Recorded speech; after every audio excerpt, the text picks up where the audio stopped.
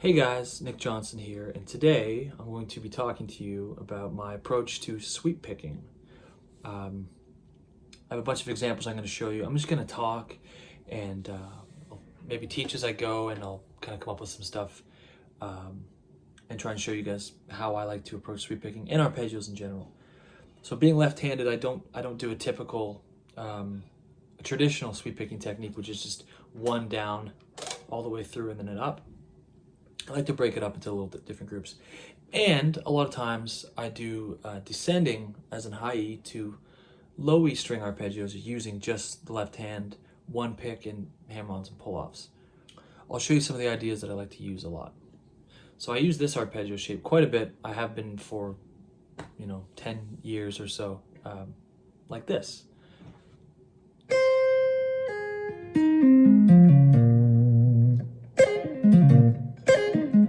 A bit more gain here, you can hear it.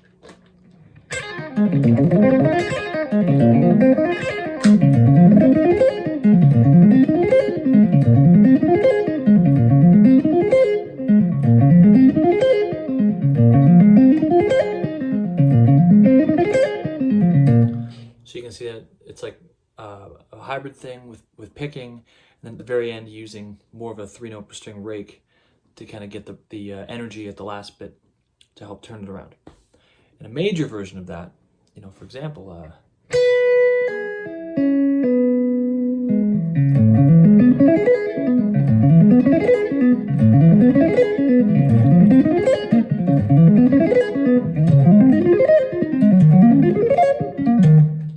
so I've done that for as long as I can remember.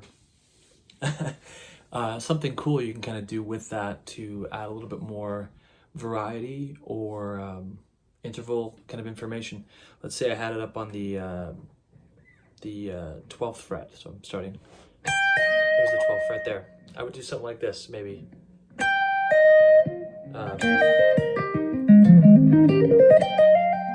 So I get this. Then I might add the next part of the mode, so I might get. Then I'll add the next part of the mode because I'm crazy. So we get this like.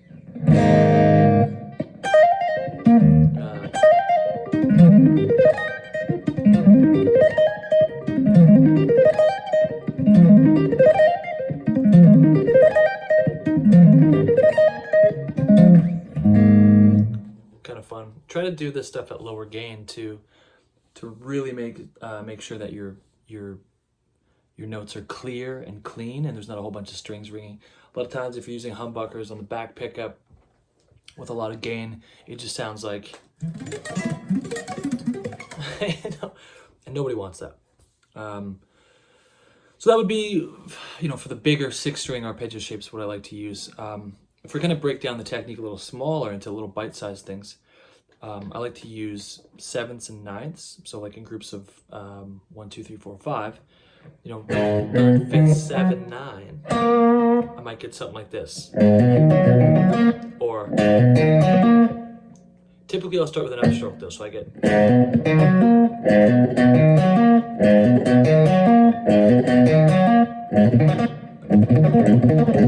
It's funny watching myself as I do this. I'm trying to make sure the technique is proper.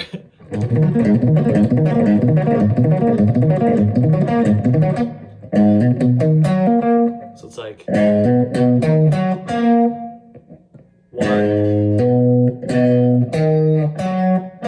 There's 2 pitches off that C note.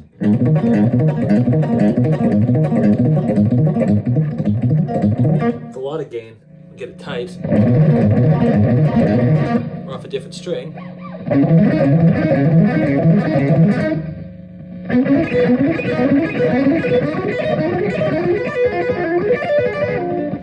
Trying to get it just as tight as possible in that circular motion. But if I was going to take that same kind of outline of that first shape, I could do something like this. And I get this, which can sound really cool against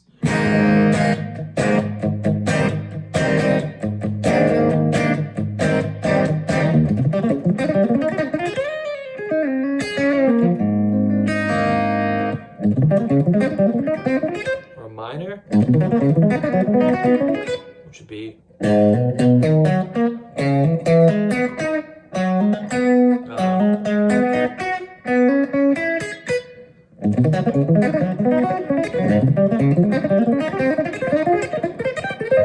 if you can get it clearer than that. And that's just all in major shapes, and it doesn't matter what the shape is, it's more so just the picking technique. If I want to do like something with more tension in it, I just have to change the intervals. If I want minor 7 or major harmonic, let's go with harmonic minor. So I'd have like, so now I have,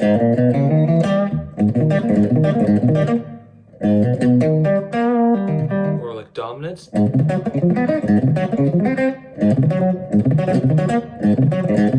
So now you got root, 3rd, 5th, flat 7. So that same pattern, just that down, up, down, hammer on, up. So kind of tricky and not very intuitive, but you know, you do it enough, like any technique, you just repeat it over and over and over again. It gets to the point where it's really clean. A lot of times too, I'll do little kind of bite-sized arpeggios descending. You know, if I'm in that same key, a lot of times I like to go down, like this shape.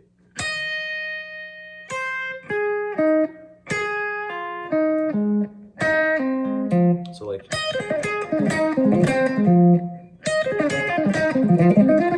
or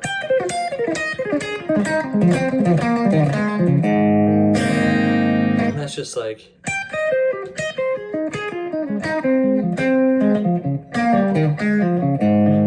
that approach where it's just purely higher string to lower string.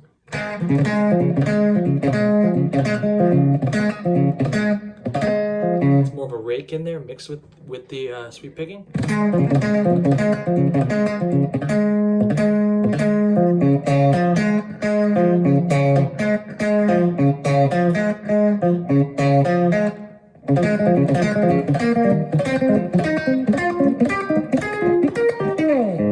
It's like the scale. But if I kept doing that all the way from, like, let's say a higher point of the neck and just went,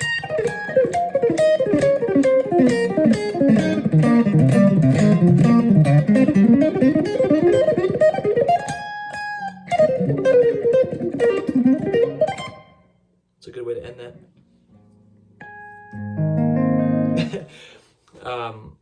Just getting that circular technique down. You can pretty much do it with any shape.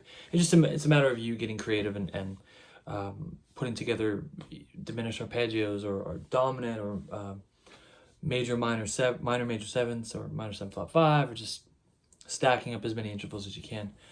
And then getting into looping things. Like, I find a really cool way to do some of this stuff is to find just little tiny shapes and just get into repeating them till you get the hand strength down. And a lot of times it doesn't necessarily have to be this so much as it's sometimes just this hand. You know, like I love, if I could loop, going back to that earlier shape,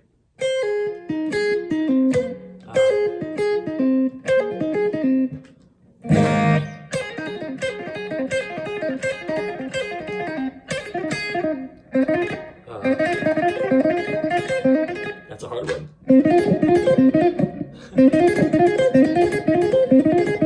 That kind of thing.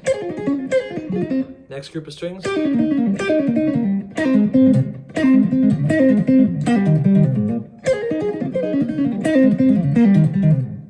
That's a beast to try and get down.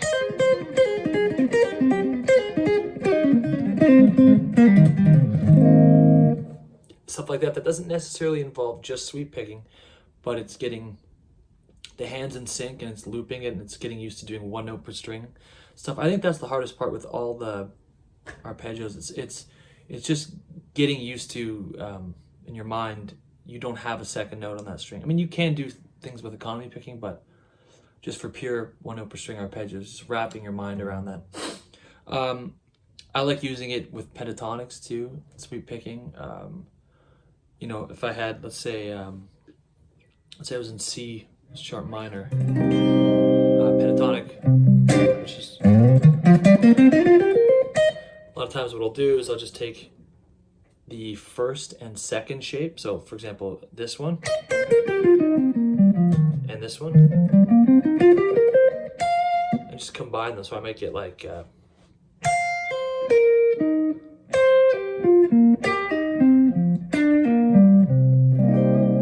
which would be that descending thing earlier that I showed you. That do cleaner than that. Let's try it again.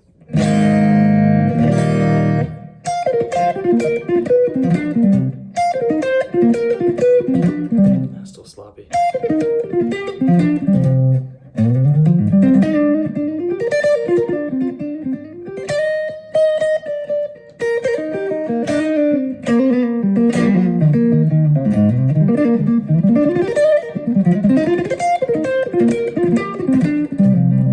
Sometimes you just have to gas it up to get into it.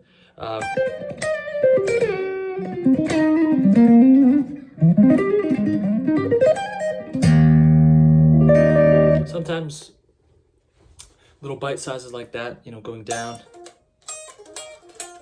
Specifically in pentatonic is cool because you can get way bigger shapes. If you can stretch some of these out. Sometimes the notes are the same on two different strings, so you get this delay effect.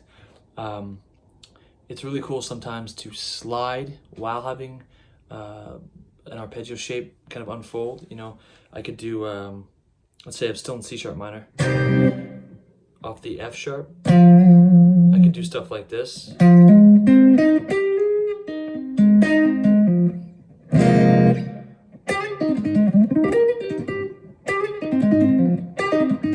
That, but with a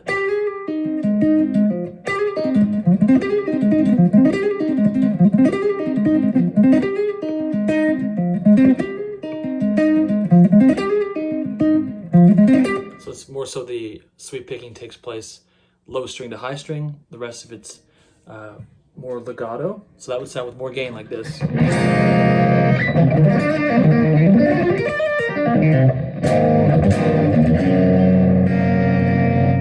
Totally different sound.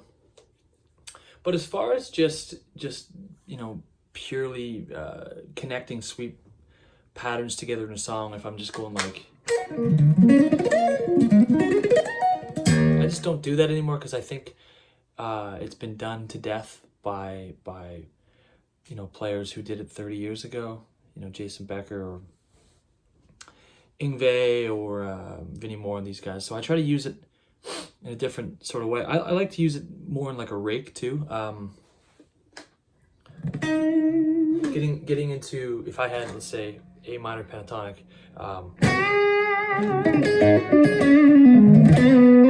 or so it's like it's still so be like let's see if I can do this here.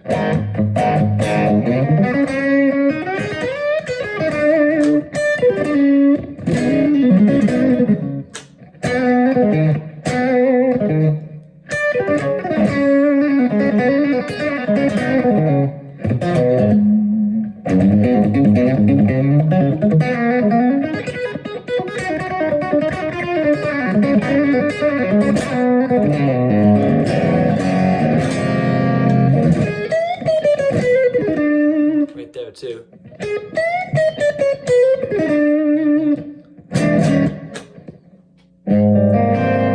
But actually, that's a really cool kind of blues chop to have, is those sort of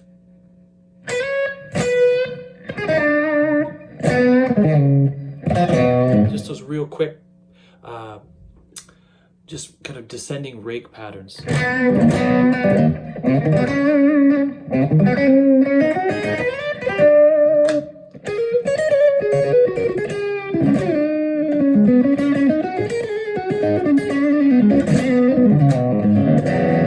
Really fun stuff.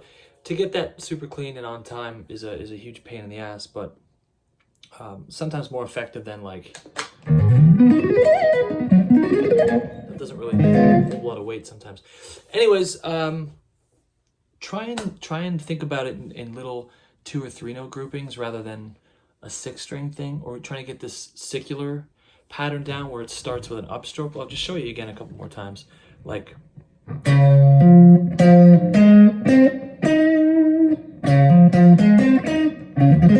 should sound like that.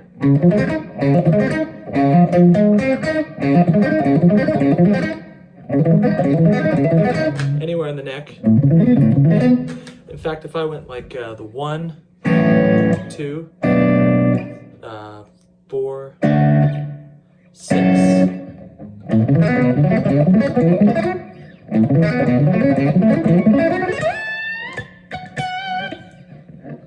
That's kind of actually cool. Or if I did it off the low E string to get all the way up to the high E string, just connecting shapes in that key, using this, I could do stuff like this. Or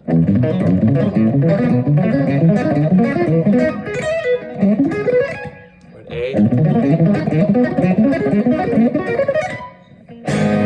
Kind of obnoxious, but cool and a new technique. And last thing, I also like this sort of pivoting, I don't even really know what to call it, but this hammer on and pull off kind of technique. I've heard guys like George Lynch, Nuno, Warren DeMartini, Greg Howe do it. I kind of did my own spin on it, but the idea is you have this like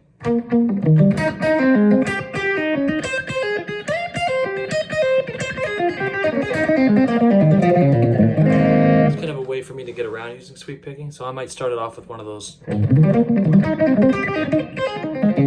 So there's a cool lick to try out. Let's do it again slow. See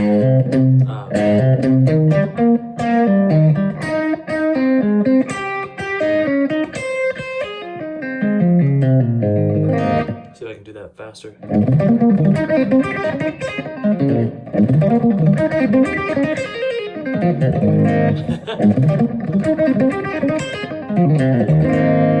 If I did it kind of connecting all the way up the neck.